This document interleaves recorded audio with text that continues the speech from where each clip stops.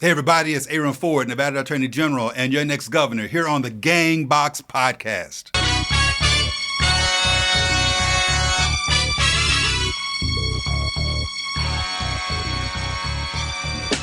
Welcome to the GangboX Podcast. Special episode today. Another guest.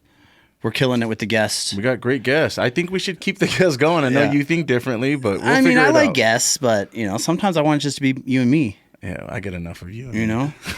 But we are joined today with the current Attorney General of the state of Nevada. Yes, sir. GangboX in the house. Aaron Ford. You got my name right, too? Aaron, I love it. That's right. Aaron Ford. Yeah. That's it. Yeah. So you're obviously running for governor. Yes, sir.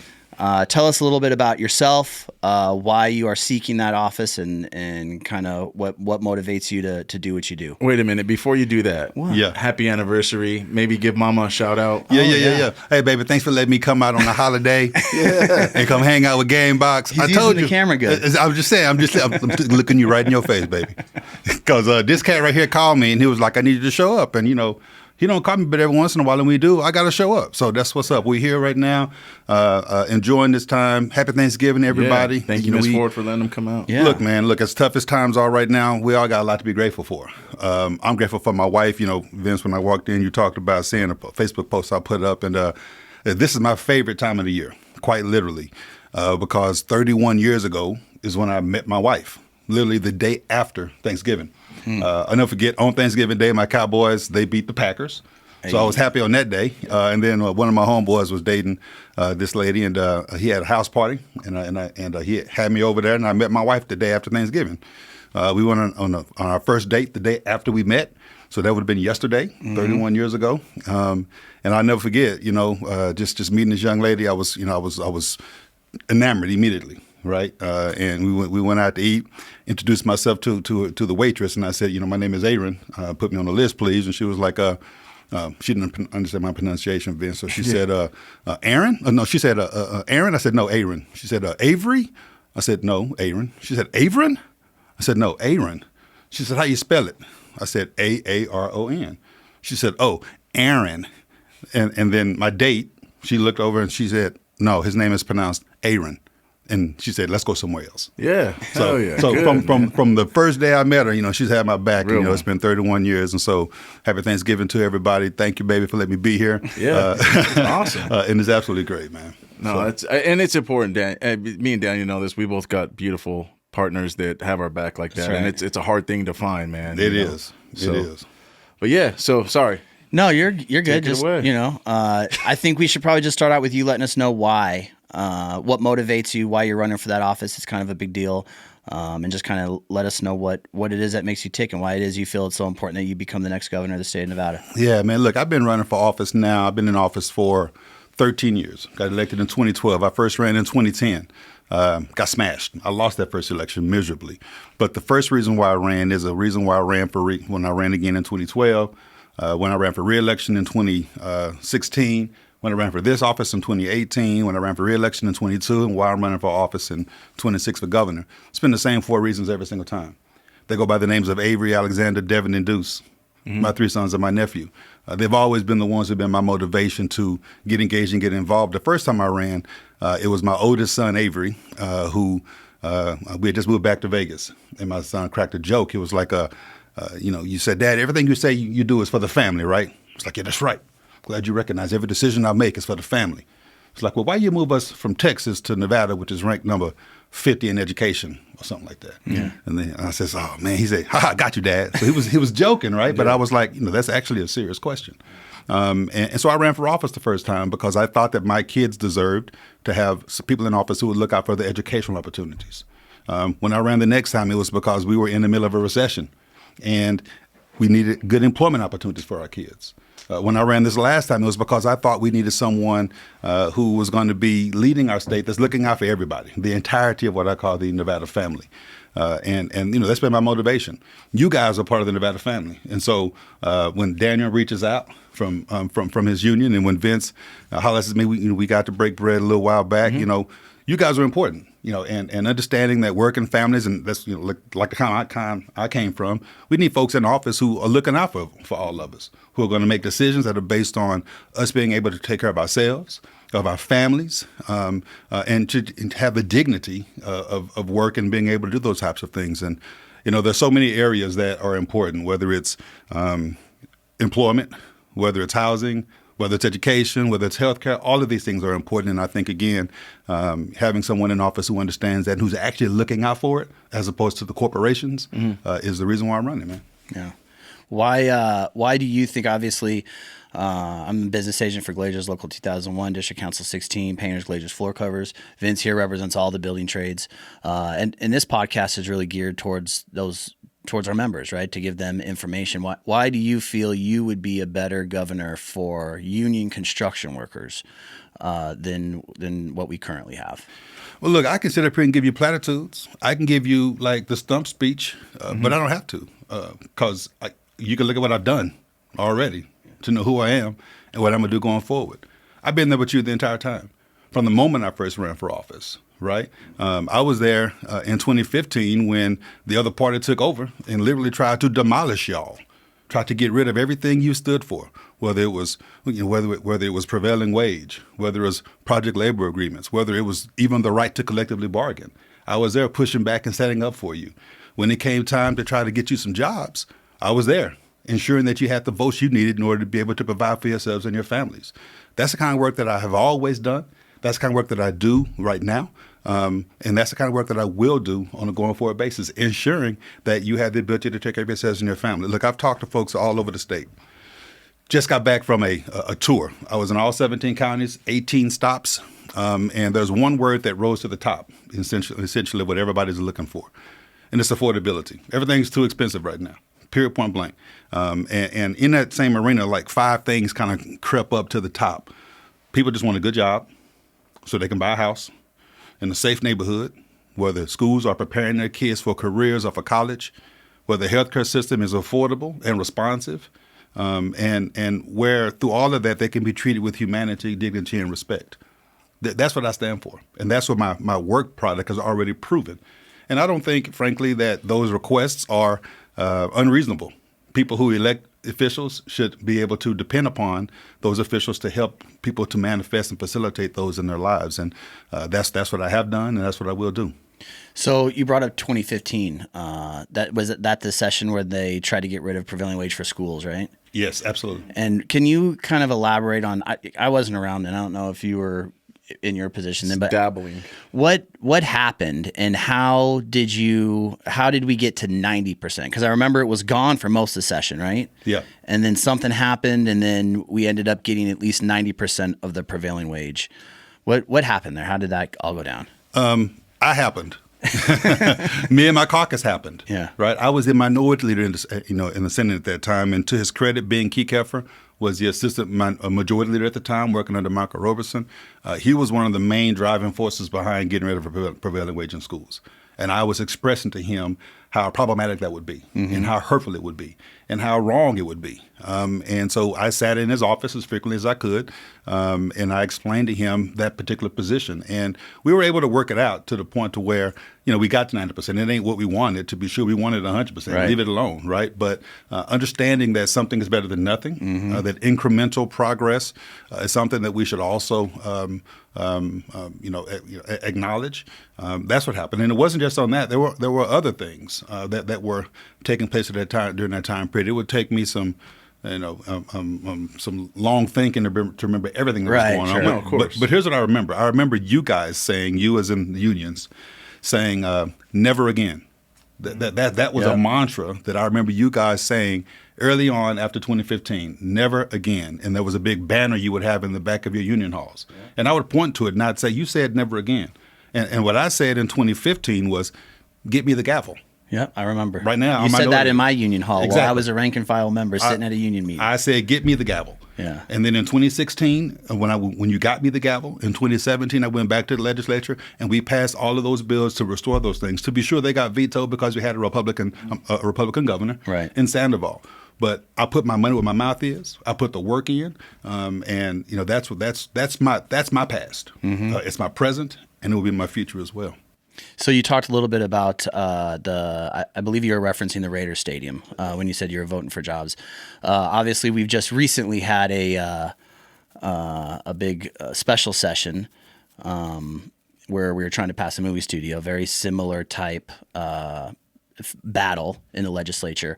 What are your thoughts on that bill? I know I did see you up there testifying for this housing bill where corporations. So I saw you testify there. What were your thoughts on the movie studio bill, and how come you didn't testify on that? Well, first off, most folks know where I stand on these types of things. Yeah. Because again, my past is my prologue.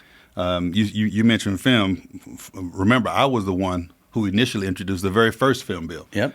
People tried that. I shouldn't say introduced. I got it passed. People had tried over the years to introduce it and to get it passed, and they were unable to do it. And as a freshman in 2013, I came in and I passed a film incentive bill for the purpose of diversifying our economy, right? And we got it passed. It took me every day of the session, from the moment we opened up, I think it was February the 2nd, until sine die. It took me that entire session in order to come up with a compromise that I believe, I'm trying to remember, guys, but I think it was about $10 million. I think it was a $10 million incentive program, way different than what you guys are talking about today, to be sure. But it was a start. And the idea was to try to bring jobs in, right? And we were successful in that. Mall Cop 2. It filmed over at the Wynn, right? People had jobs. Nick Cage came in and he filmed 2 of his films here. I walk around with a backpack now. Vince, if you ever see me at the airport, you will recognize this backpack. It says Sin City Saints on it. Sin City Saints. It's a fictitious basketball team that was based in Las Vegas, and I was able to buy it because over at the Orleans, Yahoo, when they were streaming like Netflix, took advantage of the films incentive bill and came out here and filmed 2 seasons of Sin City Saints. Right? People had jobs, right? And these are the types of things that I've endeavored to do, that I've been successful in doing. And I give you that background to say, if you fast forward to 2016, I think it was, when the stadium came, and it was a tough session, right? Reasonable minds can disagree. Let me back up and say that. Reasonable minds can disagree, right? People disagree all the time, right? And no one is always going to be 100% on your team, and sometimes you have to agree to disagree. And in 2016, some of my good friends disagree with the approach I was taking, which was to get jobs to folks through the stadium. But I said to them this. I said, look, I had a construction worker come to me, look me dead in my face. And I believe this same person testified subsequently. Essentially said, and I'm paraphrasing, he said, look, I'm living in my car right now, in my truck, he said, with my wife and my daughter. I have no job. And right now you have the ability to vote to give me some jobs, to give me a job to restore not only my income, but my dignity. And that persuaded me, right? That said, I understand the other side. I understand it, right? And I understand the importance of having the dialogue, and that's why I think compromise is important in trying to move the ball forward. That persuaded me. It didn't persuade others, and I don't begrudge them that. What I don't like is the negativity and the nastiness that ensues during these types of conversations, because I think it's counterproductive, and I think it makes it difficult to move forward. And I lost some friends during that time period. We ultimately reconciled, and we're good at this point. And so I don't envy what people just had to engage in and encounter this last go around. But I also don't second guess. I mean, the fact is, people have to make decisions that they can sleep with and they can live with, and I have to leave it there. Yeah. No, you're right, man. It turns people nasty, and it's unfortunate, right? Like me and Daniel disagree all the time. He's one of my best friends, but we just had a disagreement before you walked in about if Gorman should be allowed to play in the national, the state championship anymore. He said no. I said, yeah, 100% yes. Like, you want you're mad your kid loses to Gorman? Like, step your game up. Exactly. Go to fucking Gorman and go. Be better. Yeah, be better and get a spot on this roster. And that's not even my argument. So he's totally taking my argument out of context. But anyway, but like you said, it is sad to see people forget this is Nevada and we all have to fucking work together. And so you're going to blow up the house. You got to remember, you're not going to have anything to go back home to. So there's some folks that forget that real quick. And a lot of us ain't going anywhere. We're going to be here a lot longer than, certain other lobbyists and certain elected officials. And so it's unfortunate to see people act shitty like that, right? and we typically don't name drop, but like you even take like a LaRue Hatch, Assemblymember LaRue Hatch, who just constantly trying to blow the house up, and like is the stereotypical Northern Nevada woman who is bored, that just does not fucking happy with life or whatever the fuck her problem is. But she can't say she's with working people if her voting history does not show that she's with fucking working people. She says, I support unions. I think it's bullshit. I know she's a fucking liar. And clearly I feel strongly about it, but it fucking pisses me off. And I'm not, and Daniel knows this, I don't ever ask anybody to co-sign my shit. But don't cancel me. You don't get to you don't get to call yourself a friend of labor if you have no proven track record. Like, we are labor, we decide. So thank you for being there in the past. Really greatly appreciate it. You and I've had conversations and things about what this up and coming cycle looks like and stuff. And legitimately, I still don't know. I know you, rumor mill, right? Like, Vince has already endorsed Lombardo. We ain't endorsed Lombardo. Building Trades has not endorsed Lombardo. We haven't made any endorsements for governor yet. Daniel wants Alexis Hill, which is crazy. No, I'm just kidding. I made that up. No. You see, that's going to be clipped. Yeah. It's going to end right there. Boom. And it's going to be Game on the over. internet. No, I'm just messing around. So let me say something, though, Vince. Let me say something, thank bro. you. Yeah. Let me say something. Look, I won't co-sign what you just said. Don't. Yeah, you don't have to. Yeah.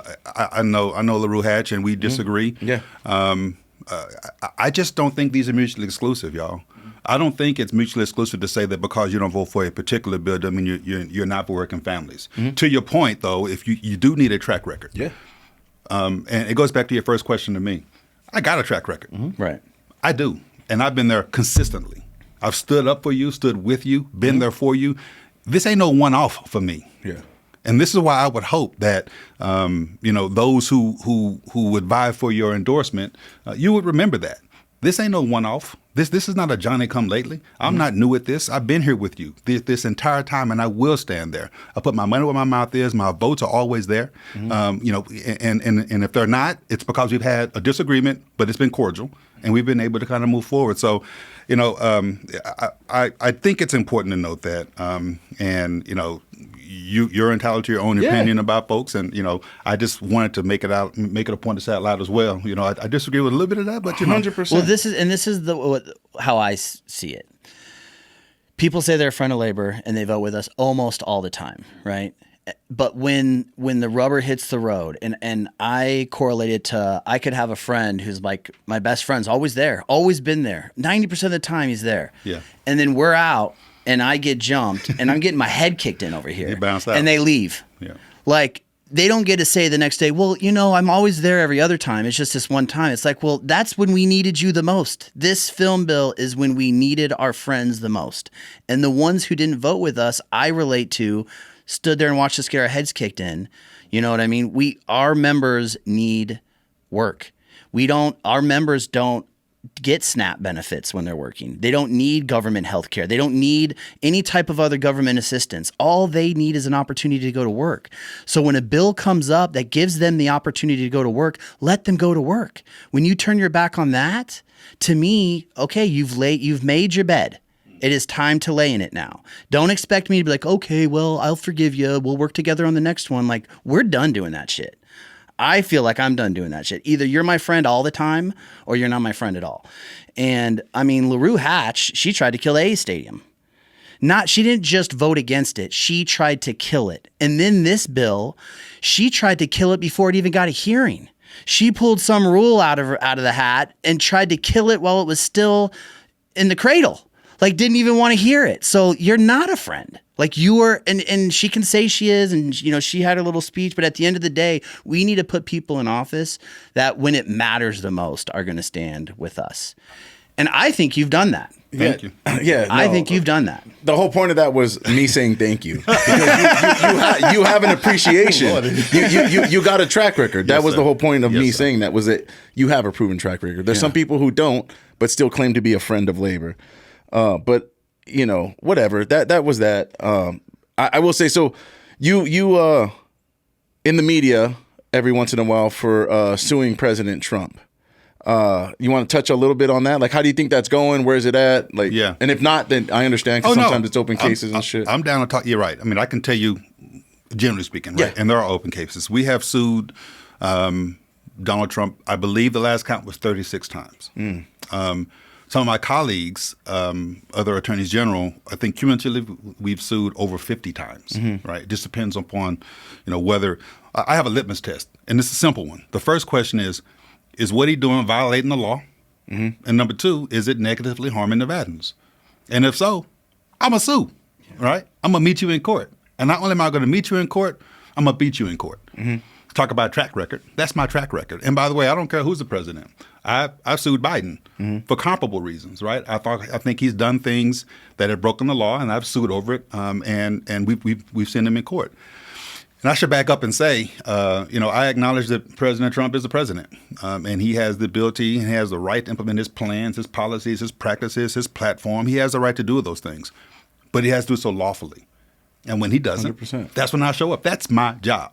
I have a job as the Attorney General. I have a lane. My lane is the legal lane. It is the law, and I have to stand up for it.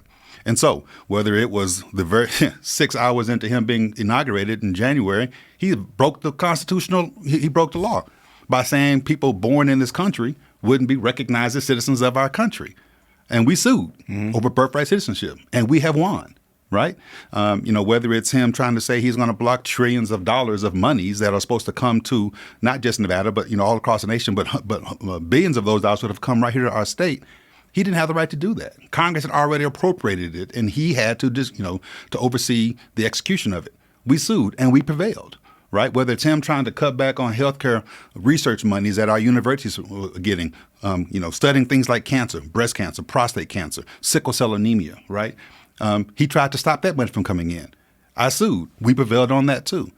We just continue to have to stand up against the lawlessness that's coming from the chief executive of our country. And I'm not ashamed of that. That's my job. And if I didn't do it, then you should have a complaint about that. Yeah. Right. Now, to be sure, people are complaining about me doing it because they're on the other side of me on these issues. But again, my job is to defend the law, represent the rule of law, and to represent the people of this state. And I'm proud to do that. 100%. Let's say your campaign is successful.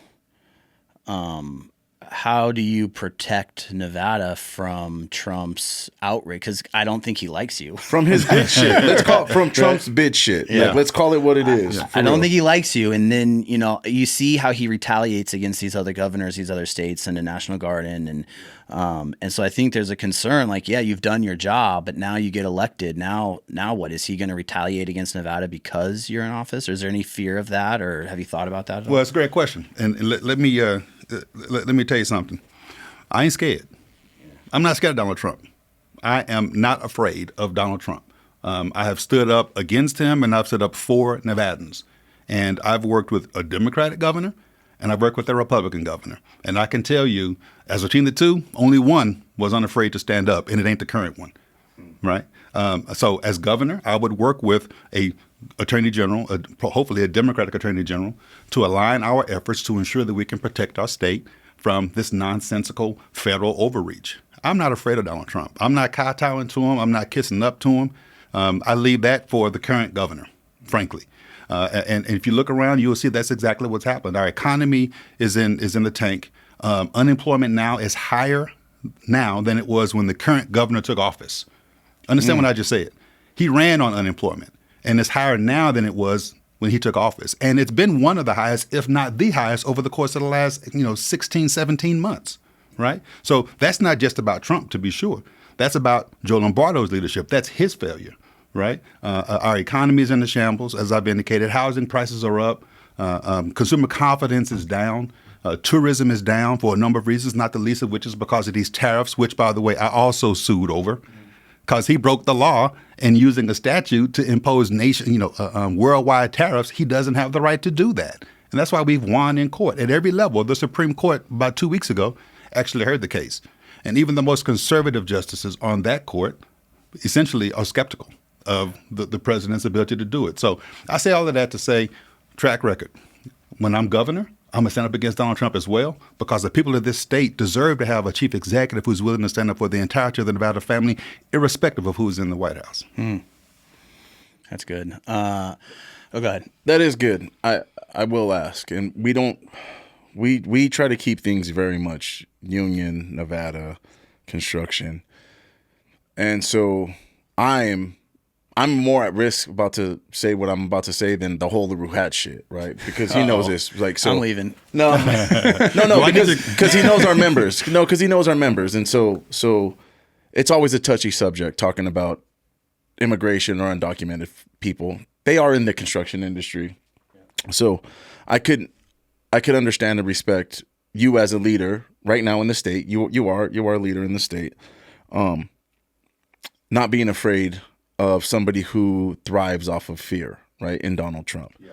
However, there are undocumented people who are the opposite of that. So I think more so the question is like, what would your message be to them if you win governor? Now they're scared that and I haven't told you this before, but I was talking to Daniel about it, that people I have heard, like as a member of the community, not just construction, but the Latino community and stuff, people who are afraid that if you were to win, that their protections kind of go away because now the National Guard's coming in or the U.S. military's coming in.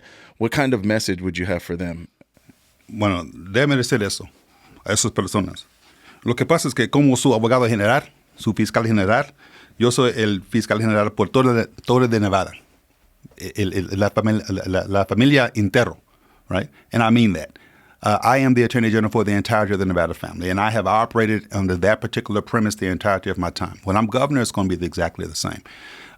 As Attorney General, what I have done is already made my own foray into this particular arena. I begin with the premise that, frankly, everyone should be treated with humanity, dignity, and respect. Right? I was raised in the church, and in the Old Testament, it tells me that you're supposed to protect everybody, the orphans, supposed to protect the widows, supposed to protect the travelers, i.e. immigration, right? And in the New Testament, it tells me that what you've done unto the least of these, you've done unto me, right? That to me is a requirement that I stand up for everybody, right? Including our immigrant community, documented or otherwise. And so, after Mr. Trump was elected and I started hearing trepidations from the community, and it wasn't just the immigrant community, it was from the LGBTQ plus community, it was from the black community, it was from women who were concerned about the attacks on their particular rights. I, on my own volition, no one asked me to do this, I put out Know Your Rights documents on my own AG website, explaining to the community what their rights were in the context of what I heard their concerns were. I knew that it would have some political retribution associated with that. But make no mistake about it, I don't care about that stuff. You can cuss on here. Yeah, I hear you. I don't care. Yeah. I am impervious to the political repercussions of these types of things. Political pundits can say what they want to say. People elected me to serve the people of this state.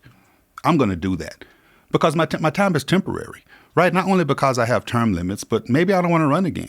Or maybe people don't want to have me. And so I got to do everything I can right now while I have the ability to do it. I haven't gotten to your question yet, I know, but I'm going to get to it. I want to give you the background. Yeah, for sure. Because this is my sentiment, y'all. This is how I feel. And I've been this way when I was in the state Senate. Do everything I can right now for as many people as possible, as quickly as possible, on as many things as possible, because my time is limited, right? So when I'm governor, I'm going to do the exact same thing. Let's be clear. This current governor has already capitulated to Donald Trump. We already have our own National Guard, our human resources going toward doing somebody else's job. Here's what I know. I know people in the state, and I just got off a 17 county tour. I told you that, 18 stops. Here's what I heard people say. They want me to be spending state money and state resources on state stuff, not doing somebody else's job. Immigration is a job for the federal government. That's not our job. They want me to spend our money on schools, on health care, on infrastructure, on mental health issues, on things that are making Nevada a better home for the people who live in our state. I'm going to continue to stand up for that. And by the way, that's called sovereignty. I'm standing up for our state's sovereignty. I'm doing it as Attorney General, and I will do it as governor. And the immigrant community can know that as governor, I'm going to stand up against any federal overreach. Last thing I'll say. You have Democratic governors right now, Illinois, California, Oregon, other places that are contending with the nonsense from a federal administration, D.C. even, he's not, they don't have a governor there, but the mayor, dealing with this nonsense of the National Guard being put into the communities. You know what we've done as attorneys general? We've sued. Yeah. You know what has happened? We're winning, right? And that's what it takes. It takes governors who are willing to stand up and say, no, you don't have the right to send in the military to police my residents, period, point blank. And they get to stand with the Democratic Attorney General in California, in Oregon, in Illinois, a Democratic Attorney General in D.C., and they are winning. And when I'm governor, we're going to win in those kind of fights as well.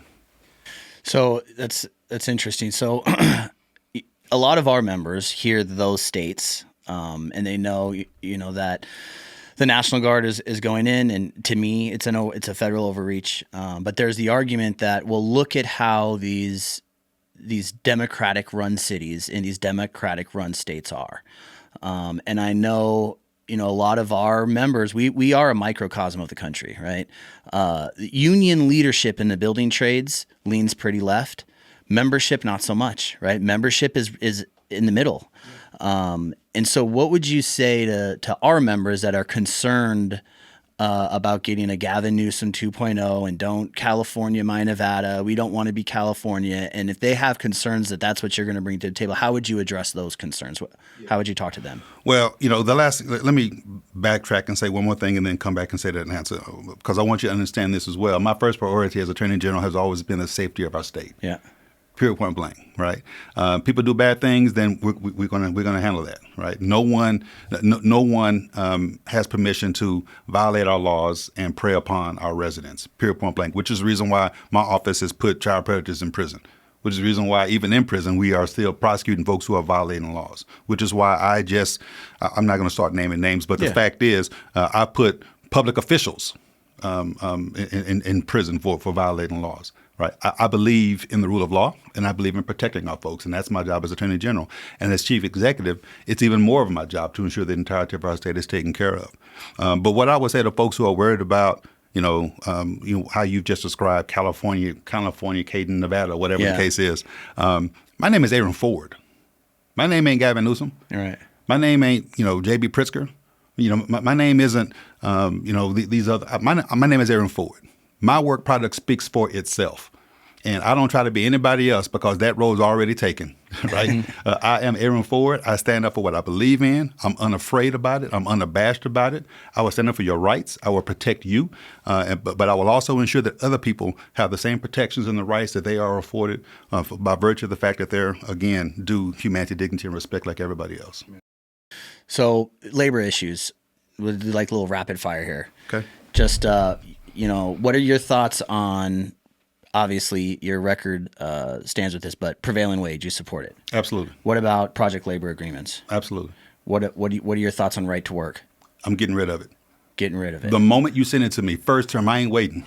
What would that look like? Does that have to go to is that a constitutional change that has to go to the people for a vote, or can that get done through the legislature? The statute, it can be done legislatively. They can send me a bill, and if they send it to me, I'm signing it.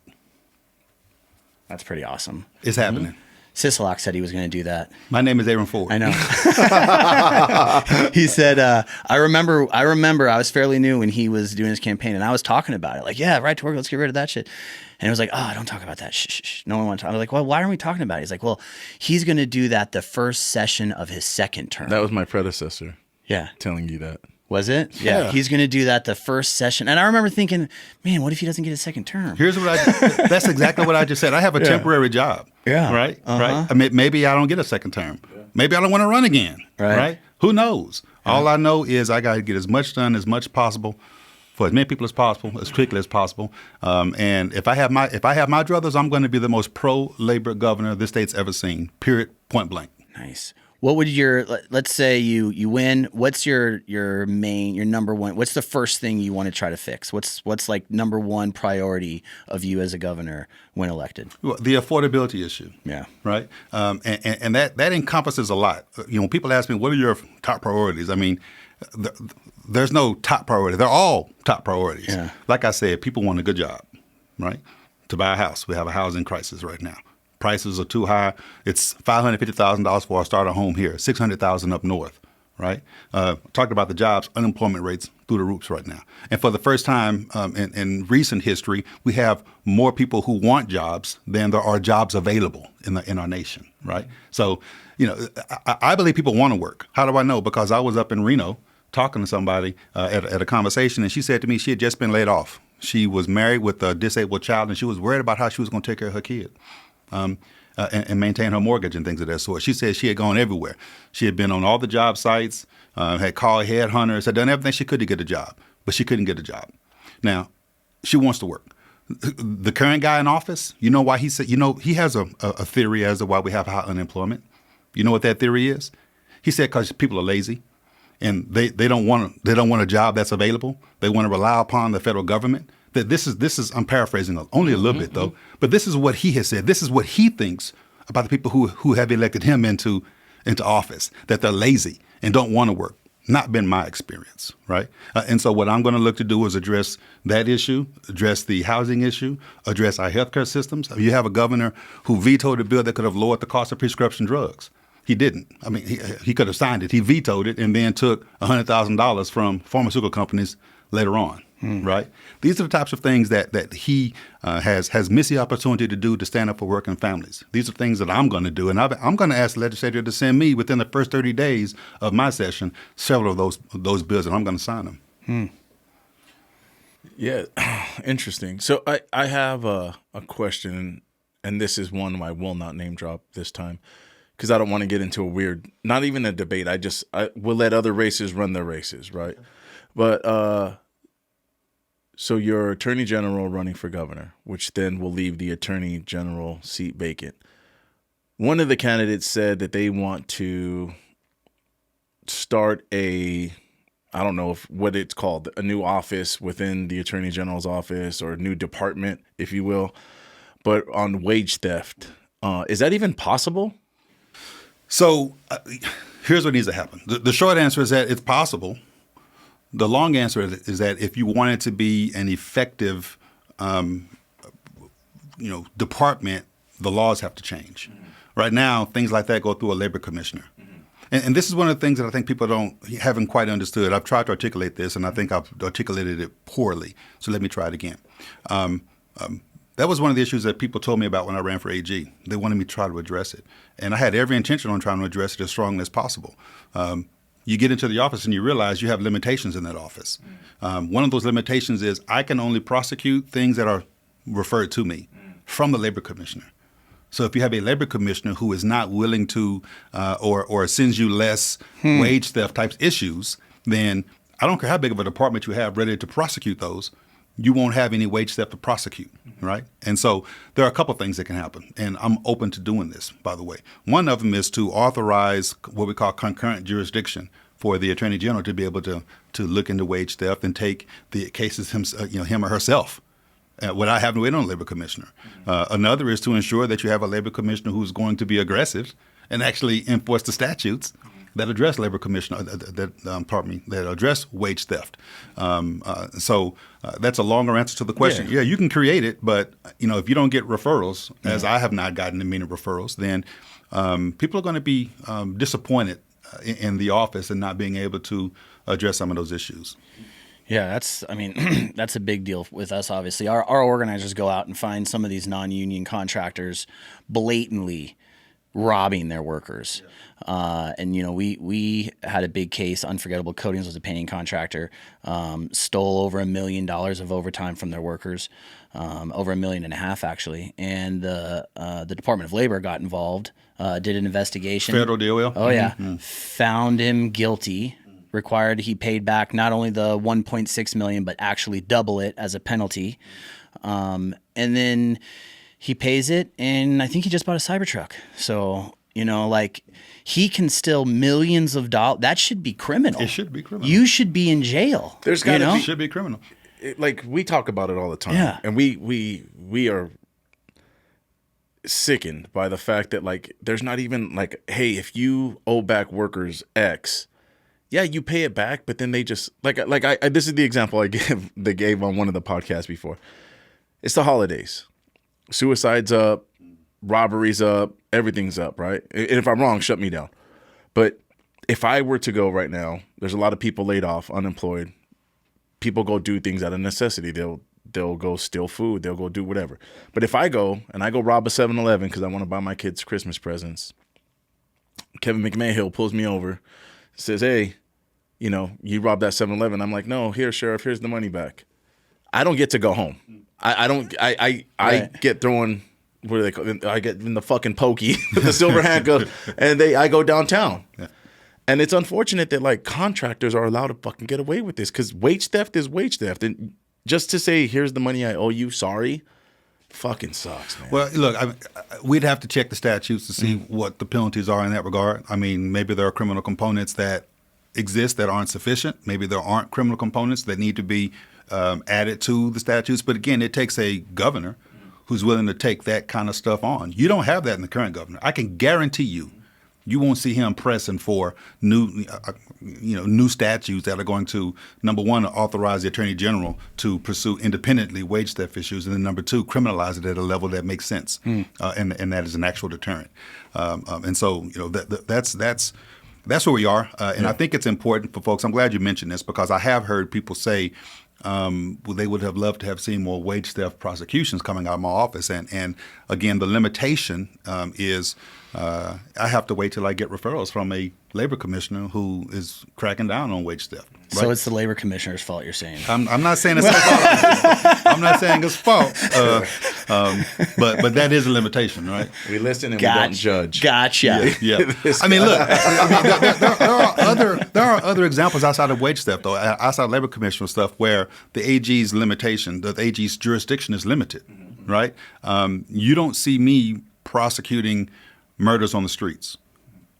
Primary jurisdiction for that is the district attorney, right? Every once in a while, I can get in there and I can take it if there's a conflict or something, or if there is some extraordinary reason for me to get engaged in street-level crimes. Now, prosecutions in the prisons, that's mine, right? I mean, murders in the prison, that's what I do. And so there are lines and lanes that we have to abide by, and so that's an important distinction that I think makes a very big difference in these kind of conversations. Yeah. We I went, interesting enough, I went to High Desert for a couple months back. Director Williams, you know Director Williams. I do. Solid dude, man. I like that dude, man. When you see him, tell him Ford said, you got the right, you're the wrong frat. Just tell him. I'll let him. Yeah. I've been in his office. I know. Yeah. So but we went out there because he needed help with some of in the Hymax. There was a bunch of, like, for lack of a better term, like cages that were like kicked open and like where they put like the super fucking bad guys. I don't know what the fuck they call them, but they let them out and they're in the yard and they're like in these about the size of this room actually, so not small, but and there's like these steel mesh fences so that they can't pass stuff through. But they were like bad weld jobs, and he was like, "Hey man, can you come show my guys how to weld this?" And then and I was like, as much as I want to, I can't. I said, I have to. You need to hire a union guy to come do the work, bro. Like, I'm sorry. But as we were there and I was giving him the ideas, I said, I'll tell you how you could do it, but I'm not going to teach your guy how to weld. Like, I'm not, like, I can't do that. So he understood. He got it. And then, you know, as we were there, I saw some of the security guards, dude. And dude had like a fucking shank that was like fucking 18 inches, bro. And one of the security guards was like, he confiscated the and it was massive. And he's like, bro, we'll find like 6 of these a day. And I'm like, God damn, imagine the ones you didn't find, right? Yeah. And so it was crazy. And then, you know, you see the dudes. And I went once before because we have our MC3 program up at High Desert where we do reentry program. Yeah, great. Yeah, dude. And I saw one of my apprentices. I passed the bill that helped to facilitate that. Oh, really? That was my bill. Hell yeah. Just so y'all know. Yeah. Just so you know. Got a lot of bills. Yeah. Yeah. Oh yeah, you got a lot of bills, man. But yeah, it was good. But seeing one of the apprentices in there was fucking mind blowing. You know what I mean? But it was even a quick "what up" made that dude's fucking week. I'm sure. You know what I mean? So. Good stuff, though. Yeah, I enjoy doing the work up at High Desert, man. They have a culinary program. Well, you know what we're trying to do, ironically, is I'm trying to get the women's prison over there. What is it, off Sunrise? Happy I know Mountain, what you're talking about. Whatever. Yeah, off of Lamb and 15. Florence McClure. Right. Yep. Trying to get them a reentry program for women in the trades, man. I'm working hard, but they don't have no money, dude. It's tough. We do have. So when I was in the Senate, we passed a pilot program that I thought had been funded subsequently. So there is something existing right there that either they can do a trade on the way out or they can do CSN college credits. And in fact, I've been invited to come out to be the graduate speaker for one of the recent graduating classes under the bill that I actually sponsored back in 2017. It was so they have a program out there. Yeah, but I think they also got some trades out there. I mean, they probably just need to be expanded to the point. There's not a lot of money out there. But yeah, those are important things you're doing. Yeah, we're trying to get them to do an apprenticeship readiness program. Yeah, right. So that way, when they're ready to be reintroduced or whatever it's called, they're ready to go into an apprenticeship. We have a place for them, like a plug and play. That's not just for the men at High Desert, but for the women too, man. Absolutely. I mean that's one of the biggest components of the criminal justice system, right? I mean, look, when I was in law school, you learned that there were at least 4, depending on what book you got, 4, maybe 5 reasons for the criminal justice system to punish, right, and to isolate, but also to rehabilitate and to restore to community, right? Those first 2 we do real good at. We're good at isolating and to punish. We're not real good at rehabilitating, and certainly not good at restoring folks to the community. And especially if you focus on those last 2, people want to claim that you are weak on crime or soft on crime. I could care less because you got to look at all 4 of these things, right? People who are coming out, you want them to be able to stay out and be able to reintegrate into society and to be active, meaningful agents in society. And one of them is by giving them the dignity of a job. So kudos on you guys for trying to help them get there. Right. Well, yeah, I mean, that's what our programs do. Right? Our programs are a lifeline for a lot of people. And, I've told this story before, but, as an agent, I had a guy come to my window. He just got out, tattoos all over his face, needed a job, sent him to my old employer that I had just left to be a union guy. And then a couple weeks later, his buddy who just got out, his cellie, comes to my window. Hey, my friend told me about, I said, he's got tattoos all over his face. Boom, send him to the same employer. And then a month later, that employer calls me. And he's like, hey, man. And I'm like, what? He's like, these guys you're sending with tattoos on their face. And I'm like, oh, shit, here we go. What? He goes, send them all to me. They are the best guys I got. That's good. You know what I mean? Because they had a purpose. They want to make something, You mean they actually want to work? They wanted to work. They're not just lazy? No. They're not looking to depend upon the government? No, they wanted to work. But I mean, your point on soft on crime, I think it does concern people because my headquarters, District Council 16, is headquarters in San Francisco, and they went through a tough period where I've always said as a union guy, I care about union issues and workers issues, and that's what I care about. Well, when they stopped building there. They stopped building because crime was rampant and people could just break in and do whatever and face zero consequences, right? There was no consequences. The homelessness became a problem. People didn't want to go to the office anymore because they'd have to park their car on the street and roll their windows down so they wouldn't get broken. Step over 3 or 4 homeless people to get to the office. That does affect my members, right? That is a labor issue all of a sudden, It affects all of us. Yeah. Remember what I said, people want a good job to buy a house in a safe neighborhood. Right. I hear this all across the place. And by the way, that's not unreasonable. I don't know anyone who wants to live in an unsafe neighborhood. Right. I come from an unsafe neighborhood. Right. I was on SNAP. You mentioned SNAP. I was on Medicaid as a single parent. Right. So I know what it's like to struggle, and I know what it's like to not have the best neighborhood environment. But what that means is we need to look for opportunities to tweak the laws. Right. Here's one thing that I think people forget. Legislation is never. Well, I shouldn't say never, but very seldom is it perfect. I may have passed one bill that didn't change at all from the moment I introduced it to the moment it passed. And it was a bill that, I remember it now, it was a bill that was an ATM bill. They used to have these little placards that you had to put on top of it about how much it cost you to take money out if you weren't a member of the bank. They said we shouldn't have to do that anymore because we put it on the screen now, right? And they were like, yeah, you're right. So we just passed that bill and it was easy. But that's the only bill that I've known through that has gone through, that has not had an iterative process, that has not gone through changes. The reason why I say this is because sometimes we have to go back in and tweak laws that we thought were right, that were appropriate, that were affecting issues. You got to go back and tweak it. Prime example, I just strengthened the penalty for fentanyl trafficking, right? Because the legislature a few years back lowered the levels, and we found out that it was lowered. It was raised. It was raised too high, and it was causing problems. And so you got to go back in and you got to tweak it, right? That's a recognition that people are fallible, and that the process is fallible, and the process is fallible because it's made of people, right? And so let's go back in and fix some of these things, right? Because no one, like I said, wants to live in an unsafe neighborhood. Let's figure out ways to be able to provide the services for those who need them on the outside, and provide the safety for those of us who also are living outside. Right. So you wouldn't say you're soft on crime? Oh, absolutely not. Not. Absolutely not. I'm smart on crime. There you go. I'm smart on crime. I'm smart. Good shit. Yeah, you want? I don't have any more topics. No, I burned through my list on accident because you answer stuff without me even being able to. I talk answer, too much, which is, bro. no. I'm a lawyer. That's what we're supposed to do here, man. So you make the job easier. But I appreciate you coming on. It's not condescending. It's not said with any other intent other than love and respect, man. Everything you've done for labor, greatly appreciate it. That's some real shit. I don't need to lie. I don't need to bullshit you. And yeah, man. I mean, good luck in the upcoming race. I'll kick it to Daniel, and then if you want to close with any message you want to give to anybody or anything, right there you have the platform. But I appreciate you coming out. Every time I reach out to you, you respond. You know, I told a story. I had a member. Yeah. He came to me. And he's like, "Hey, man, I'm trying to get a pardon," and I didn't know anything about that. And I was like, "All right, cool." And he's like, he just wanted me to help him write his thing so it sounded good. And I'm like, "Yeah, I'll help you." You know. And now I dropped out of high school. I'm the wrong person to go to, but he thinks highly of me, so kudos to him. So I'm like, all right, yeah, let's figure this out, you know. And we're just going through the paperwork, and I'm like, how do you even get pardoned, you know? And he's like, there's like a board, and I'm like, well, who's on the board? And so I look it up, and you're on the board, and I'm like, man. So I called you, right? He's in my office, and I call you. It goes to voicemail. I hang up. I'm like, all right, well, he'll call me back. 3 minutes later, you call me back. You say, hey, I'm in a conference. I stepped out. Is everything okay?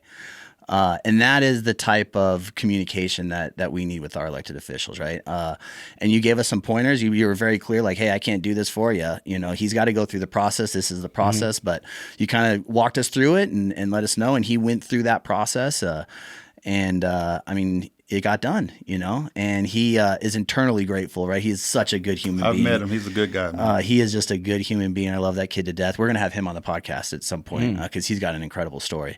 But I do appreciate your willingness. We had our Build With Us rally. I called and asked if you can come, and boom, you were there.